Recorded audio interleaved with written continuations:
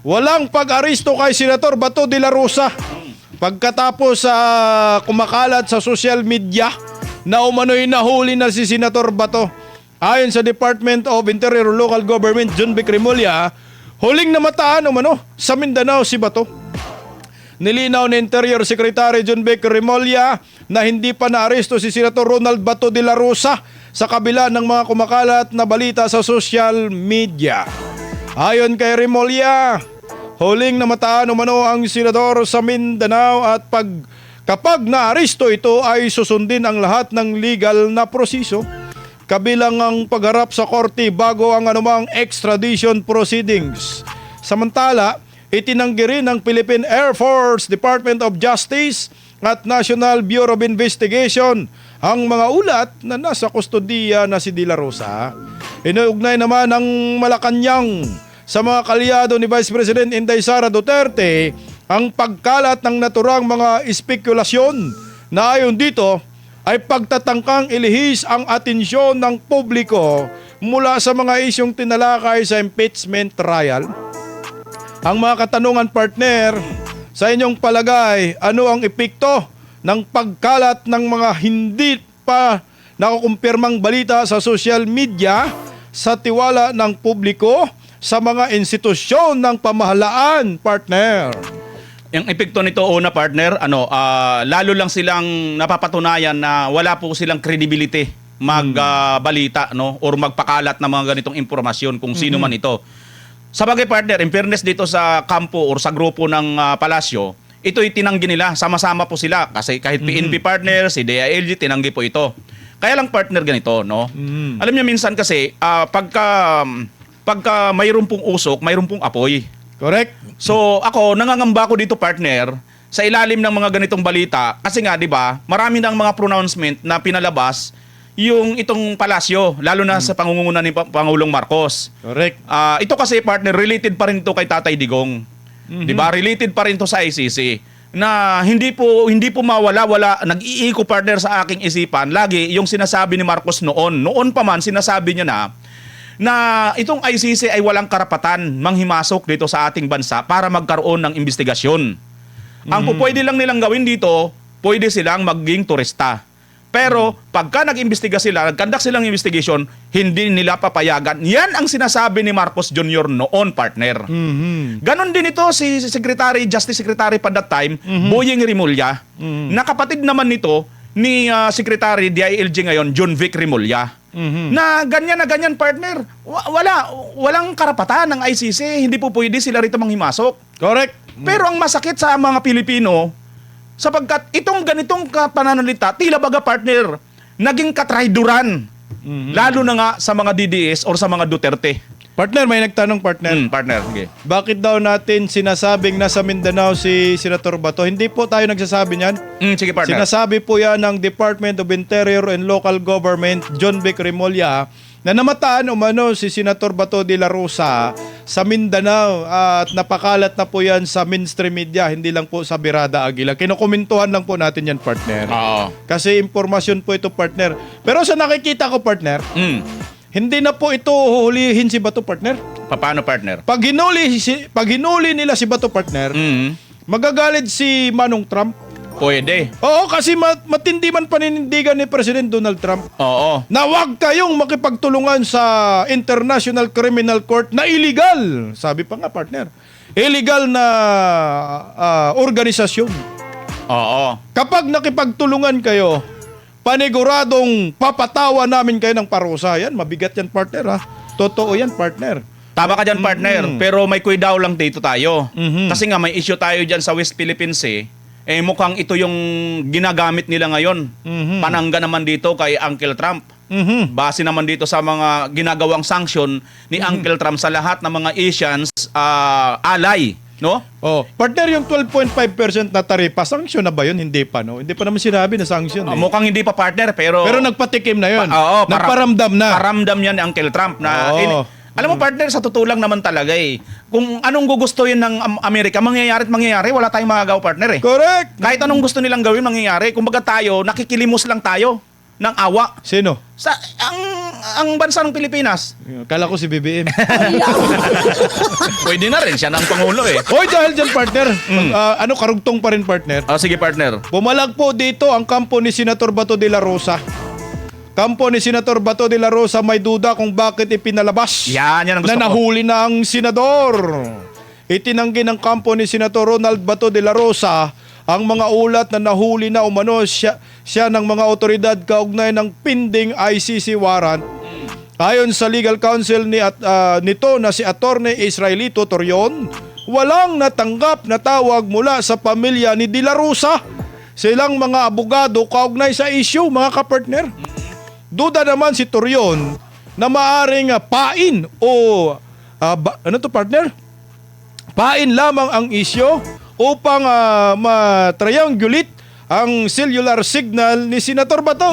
Uy, parang parang pain nga. Kapag kumagat, mahuhuli partner para matrace yung kinaroroonan. O ba, meron palang ganon.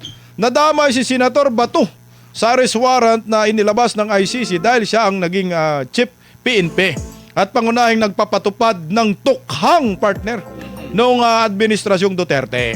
Samantala, nagpahayag ng pangamba ang mga kapartido ni Senator Bato sa abroad sa kanyang kalagayan. Walang pending arrest warrant sa Philippine Court si Senador Bato. Patuloy na iginigiit ng kampo ng senador na iligal ang ICC warrant. Aniya, walang jurisdiction ang Foreign Tribunal sa Pilipinas. Noong March 17, 2019, official na po kumalas ang Pilipinas partner sa International Criminal Court. Ano masasabi mo dito, partner? Alam mo partner, napakalaking posibilidad nga na para bagang gumagawa lang sila ng pamain or trap or bait, no? Tama ka, partner. Oo, para bagang namingwit sila sa gitna ng laot na nagbabakasakali silang may kumagat dito sa kanilang Maraming pain. biktima yan, partner. Mga DDS, di ba? Merong nagbi-message, parang tanim fake news. Parang ganun, partner. Oo, partner. Ito, dito mahusay itong grupo ng nitong grupo nitong mga gumagawa nito, partner. Kasi nga ang hirap kasi partner kasi kamukha niyan back up sila ng mga mainstream media partner eh. Oo nga eh. Oo, kaya mahihinuha mo kaagad na may katotohanan. Ito kasi kung walang katotohanan, bakit na ibabalita ito ng mga mainstream, di ba? Pero ang totoo partner, Trap talaga, partner, yan. Oo, Trap. maaaring ang trap ito, ginagamit nilang trap ito para mabulabog kung sakasakali man. Uy, sandali. Oo. Magkaroon ng traction ba, partner? At ito kasi, partner, malay mo ganito yon.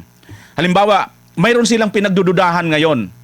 Siyempre, ito ano lang natin to ha. Ito possible analysis ko lang ito. Maaring halimbawa, kabungka niyan, sinasabi nila Mindanao daw, partner. Sabi ni John Vic, ha? Oo, sabi ni John Vic. Sa bagay partner, kung titingnan mo nga naman, possible kasi nga, saan ba naman tatakbo si Senator Bato? Taga Mindanao yun eh. Oo. Di ba? So, parang si dating General Si Bantag. Oo.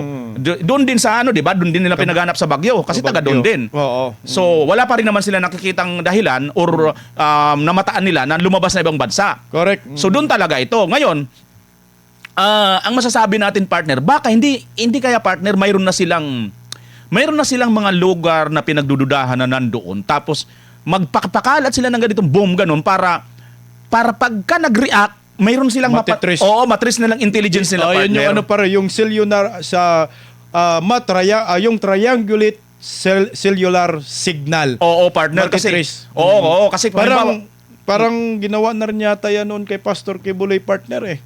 Oo. Oo. Halimbawa partner, ito yan kasi yan. Halimbawa, wala man kay Senator Bato. Kung nandun yung sa mga nakapaligid sa kanya partner. Oh, partner, merong komento, pakibasa partner si Dagang Farm, partner. Okay. Hindi na hulihin yan kasi sabi nga ni Bato, it's an honor na makasama niya si Digong sa dahig. Pero hinayaan na magdusa si Tatay Digong. Paano? Ano ba niya si Bato? Hayaan mo, ma'am, hindi nahuhulihin talaga yan. Uwi na rin si Tatay Digong, Dagang Farm. Hindi parang bakit niya sasabihin na hinayaan na magdusa si Tatay Digong? Hindi naman kasi. Wala namang kakayahan walang kakayanan si Bato. Oo, na kahit ba Kahit si Inday Sara, di ba Oo, si Inday partner. Sara, walang kakayanan eh. Ano yan, Siguro yung panahon that time ni Bato, pinakita lang niya na ako ay mahal ko si Tatay Digong. Parang ganun na. Oo. Partner, balik ako dito partner sa sa sinabi na kaduda-duda para bang may pakana.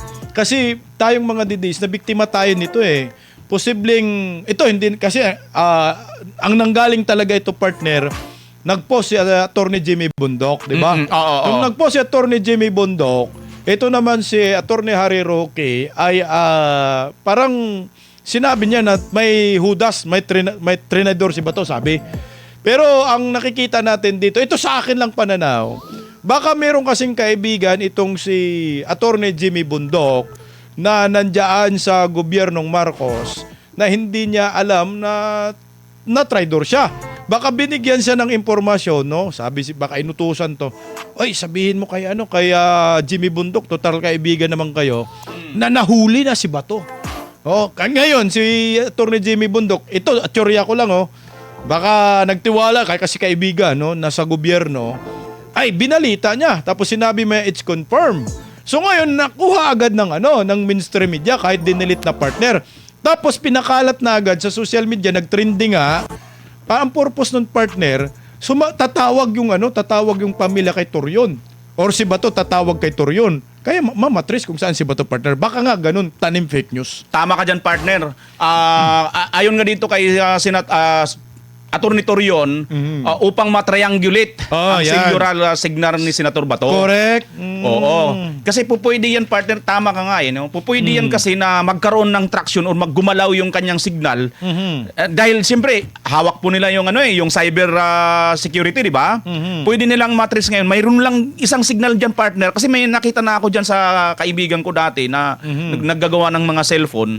Pinakita niya sa akin dito may mga signal sa ganito, ganon. Siguro partner, mayroon na silang pamantayan diyan. Hindi tayo expert sa mga technology, pero sa tingin ko lang partner, mayroon silang diyan na halimbawa may gumalaw dito sa area na to na maaaring halimbawa nagdududa sila. Katulad to sinasabi ni John Vic Remulla na nandoon sa Mindanao. Sabi niya. Oo, nagdududa sila na nandyan, di ba? Tapos, nagpakalat sila ng ganitong balita na although wala, pero kumbaga tanim tanim tamang hinala lang ba? Correct. Pero nasabi na nila na mataan sa Mindanao. Oo. Baka nagbunga nga yung nila, yung tanim hinala Pwede. partner. Oo. Baka kumuntak si Bato. Nang kumuntak si Bato, na-trace agad nila. Kaya biglang nagsabi, nasa Mindanao daw. Oo.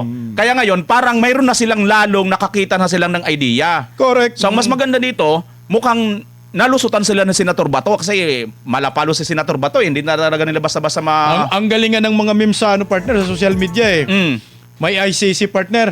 Building ng ICC picture. May malaking bato nilagay sa harap. Nandyan na si Bato sa ICC. Ay, partner. Partner. Meron din kasing nabalitaan, itong mga natanong din kay dito, Attorney Torion, ng kasama natin sa Seminay, si MG Mundihar, may kumakalat na balita na meron daw private jet partner. Galing ng Cebu partner papuntang Daig, si Bato daw yung karga, sabi nila partner. Pero sabi naman ni Attorney Torion, wala siyang nakukuhang impormasyon. Sana nga hindi totoo partner. Naku, yan yung masaklapan partner kasi nga isa itong pag nagkataon partner hindi man po natin sa sinasabing totoo ito. Pero ito na talaga yung great traitor na mangyayari. Partner, may komento partner. Ano partner? Shout out sa mga kabirada, agilang mga gwapo, especially kay Bisdak. Wala, hindi kasama. Dinagdagan ko lang from Kubar, Saudi Arabia. Hindi gwapo si Bimar. Ay, partner, may nagkomento. Ulit, partner. Basahin mo, partner. Si Mama Ampatuan, flood control, kailan kaya simulan? Ito, partner, talagang gusto ng Mukhang tao. malabo na yan, partner. Sa 2028, huwag kayo mag-alala. Yan, Balik pwede, tayo. pwede. Pwede. Pwede pa naman yung partner. Kasi trilyon-trilyon to partner, nawawala sa pera ng bayan. Yun na nga, partner, no? Isipin mo, partner, galit na galit sila doon sa 70,000 ni Mary Grace Piatos. Pero hindi man nagagalit sa 1.9 trillion sa flood control, anak ng kagwang. Magkano ba ang partner ang hinahanap nila doon kay 70,000 70,000 nagalit partner. sila. Dagdagan mo pa partner naman. Yung magkano talagang kabuuan. 73 million na lang. 73 million partner. Oo, sabi. 73 million. Galit na galit sila doon. Ilang araw na sila partner? 13 na partner eh. 13 na. Magkano nagastos? Magkano nagastos to partner? 25 Ang million. bilis sumagot partner ng kaibigan ko. Magkano? Ito partner. Sinong sumagot? Si Mang Kanor? Si Mang Kanor, sabi dito. Ay! 25 million Oh. times 13 days, partner. Magkano na? 325 million na ang nagagastos ng Senado, partner. Yan, no? Para lang, Loge? sabi nga ng logi negosyo, sabi ng chick dito. Hoy, partner, si ano na may sabi yan, ha? Si Panpilo Lacson. Si Panpilo Lacson, partner, ang sinabi niya, 25 million per day, yung regular session lang. Di ba? Ito, impeachment, partner.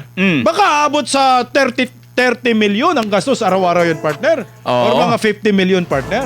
Yung pagkain pa, partner. Pagkain pa ng ano, mga malitagang. Oo. Huwag niyong isasama si Bipinday Sara, ha. Hindi niyo binigyan ng pagkain ng kanilang team diyan. Correct. Wala kayong ipang ano sa kanila, wala kayong ipang buboy-boy diyan. Kay Bato pa rin tayo, partner. Sige, partner. Sa palasyo. Sige, balik. Bato sa palasyo. May bato naman, partner. Oo, meron naman. Dami yung mga kinakapitan ng simento, bato yun. Correct. Palasyo, question ang motibo sa pagpapakalat ng issue kay Bato. Uy, naniniisip pa sila, partner, ha? Nananawagan ng palasyo sa publiko na maging mapanuri at yaking beripikado ang pinagmumula ng mga impormasyong kumakalat sa social media kaugnay ng mga usap-usapan tungkol kay Senator Ronald Bato de la Rosa. Ayon sa paborito mong Press Communication Officer si Undersecretary Claire Castro. Sino ba yan? Auntie Claire, mahalagang alamin muna ang pinagmulan at motibo ng mga nagpapakalat ng impormasyon bago ito paniwalaan. Hindi ako naniniwala kay Auntie Claire, partner. Idinagdag niya na umano'y walang sapat na konstikto ang mga payag ni na dating presidential spokesperson Harry Roque at attorney Jimmy Bundok tungkol kay De La Rosa. Partner, anong masasabi mo dyan, partner? Tama ka naman, partner. Tama naman siya na walang sapat na konteksto. Kaya lang, partner, sa totoo lang, wala ang sapat na konteksto, pero sa totoo lang, sino ba rito ang magkakaroon, partner, ng makaka-gain ng relief ng konti? Sila yun eh. Sila, partner. Bakit? Kasi tingnan mo, partner, ang pinag-uusapan, ang gustong-gusto ng taong bayan pag-usapan, itong ang kinukumin sa atin dito, yung flood control. Correct. Pero habang mayroong mga ganitong palipad hangin, na mga kung ano-ano mga pang-bait, dito na. Palipad hangin, partner? Palipad hangin. Ang mangyayari ngayon, madadivert Ang issue. Ang focus ng taong bayan. Di ba, Nandun na. partner? Oo. So silang makikinabang. Parang ang sinisip pa ng Palasyo, partner, na dinadivert daw yung issue, timing daw sa impeachment labang kay Inday Sara. Anak ng tokwa naman. Para bagang sinasabi mo pa, parang kami patuloy dito ngayon Nagda-divert. makikinabang. Na nagda-divert. Sa totoo lang, kung babalikan mo naman ang impeachment, wala pa kayong naipapakitang matibay na ebidensya na ito'y ninakaw ni Vice President Inday Sara Duterte yung pera na hinahanap ninyo dyan. May kuha na yan, partner. Oo. Pero yung kuha, pag tinanong, pakiulit muli, pakirepeat nga po yung tanong, anak ng kamuti naman. At saka, partner, tingnan nyo ang kuha na yan, ha? Oo. Yung kuha na yan, nang sinuri ko pala yan, partner, hindi pa pala siya yung final auditor dyan. Oo. Partner, napakalayo pa. Marami pang dadaanan. Marami pa. Halimbawa, natapos na siya, partner. Meron pang isang May auditor. head pa siya dyan. Yun. Ngayon, yung head niya na yon, baka may head pa yon. Oo. Pagkatapos, final na dun sa kanyang head, Oo. pwede pang i-apila yan, ibipinday So, Sara. hindi pala siya ang tamang witness. Dapat na humarap, partner. Kaya nga, partner eh. Halimbawa, nag-appeal na si BP Sara, ganun pa rin, talo pa rin siya dun sa final auditor. Oo. Pwede pa rin si BP Sara sa Korte Suprema. Gulat nga ako doon, partner, kasi confidential funds, Intel funds pinag-usapan, bawal daw ang alias partner. Ano ba yan? Paano nangyari nun, partner? Nakakatakot na itong gobyernong ito, binabali-bali na, partner, ang mga pangyayari sa ating bayan, partner. Pagka ganun pala, partner, di pagbawalan nila ng mga makakaliwang grupo maggumamit ng alias. Correct. Na mga kakampi na nila ngayon. May mga kayan eh. Oo. Ka Roger, ayan.